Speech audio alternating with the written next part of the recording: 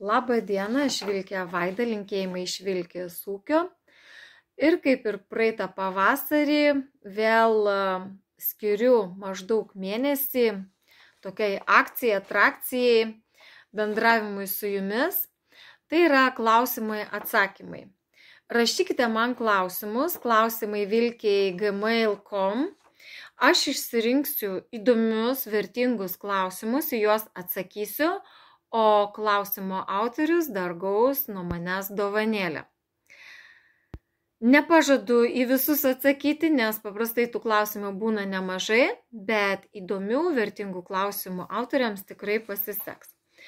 Na ir išsirinkau dar vieną klausimą, užsilikusi iš praeito sezono. Jo autorė yra Irma Trubilienė. Irma, jums aš už šitą klausimą dovanoju kalkių. Tai yra ekologiškos granuliuotos kalkės. Aišku, ne bliuduką, o 12 kg maišą aš jums išsiųsiu. Jo užteks pilnai jūsų visam šiltnamiui ir dar daržui šalia.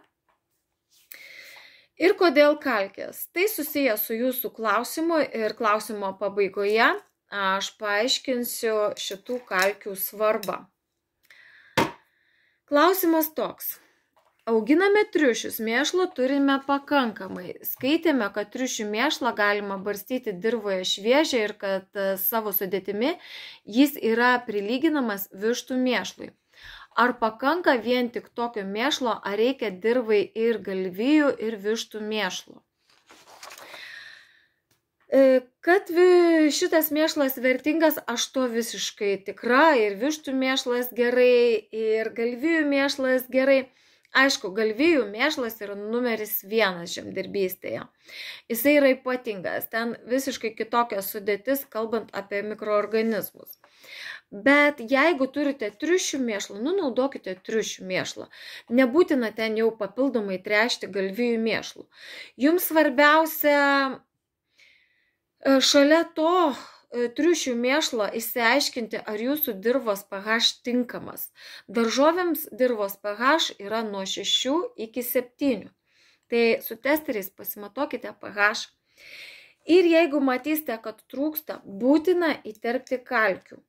Čia aš siūlau granuliuotas kalkės su magniu. Jos yra skirtos eko ūkiams. Jos man patinka tuo, kad jos greitai tirpsta, greitai pasisavinamos, greitai dirva jas pasisavina, augalai taip pat. Efektyvumas didžiulis, pastebimas po savaitės jau efektyvumas šitų trąšų įterptų į dirvą.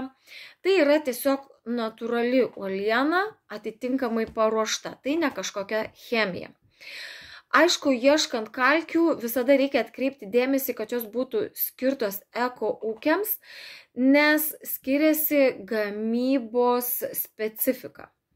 Vat to ir esminis skirtumas pasireiškia tų, kurios masiškai naudojamas, ir tų, kurios skirtos eko ūkiams. Na ir šitos kalkės gali būti įterpiamos bet kada, netgi augalams augant.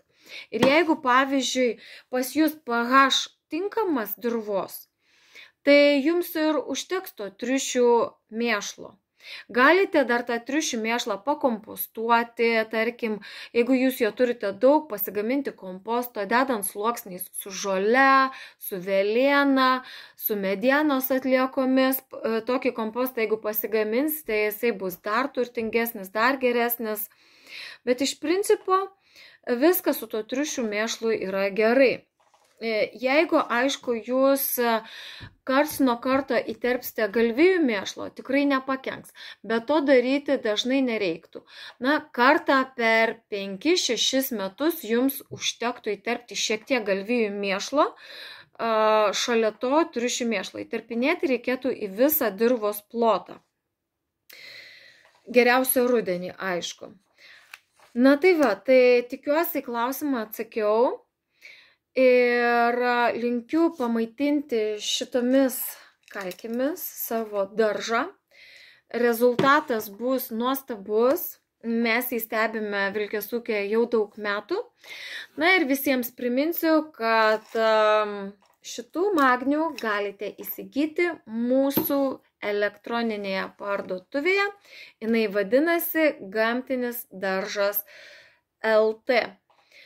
Taigi, lauksiu jūsų klausimų. Apie mėnesį pavasario skirsiu šitai veiklai.